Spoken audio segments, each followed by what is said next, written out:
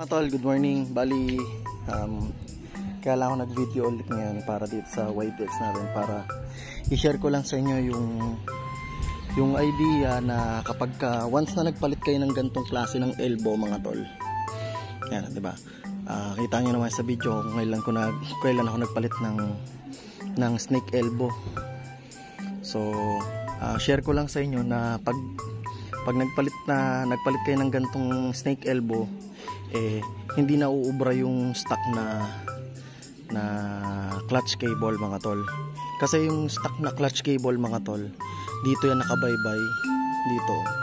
Tapos didikit siya dito mga tol. Ito, pansin nyo, ito yung bakas ng stock na clutch cable ko. Dito yan nakabaybay dati. So nandyan siya mga tol, pag ganyan. So kung mapapansin nyo, ito na yung clutch cable kung bago. So yan o, pansin nyo, mayroon na siyang parang bakal dito at nakabend na. So nakabaybay na siya pag ganyan. So ayan na siya. So ang pinalit kong clutch cable dito is yung pang Yamaha SA. So ayan. Tapos kung ano siya meron dito sa taas, ito.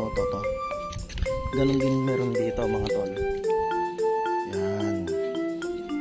Tapos kasi yung pang SA mga tol, meron siyang ganito adjuster, yan, yung ganyan. Kasi yung sa stock natin mga tol, wala siyang ganyan, so rekta lang.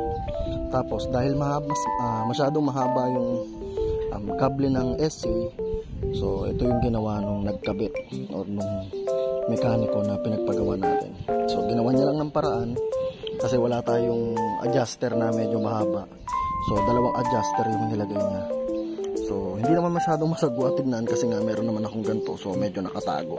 Pero kung may makikita kayong mas mahabang adjuster, mas maganda mga tol. So, ayun lang mga tol. Sinare ko lang yung idea sa inyo kung sakali man na magpapalit kayo ng snake elbow. Kasi nga, kahit meron kayong ganito mga tol, masusunog pa rin siya. Gaya nito, may mga ano. So, inagapan ko lang at nagtanong-tanong ako kung anong pwedeng ipalit sa clutch cable ng YTX. So ayun lang mga tol, sana nakatulong. Peace out.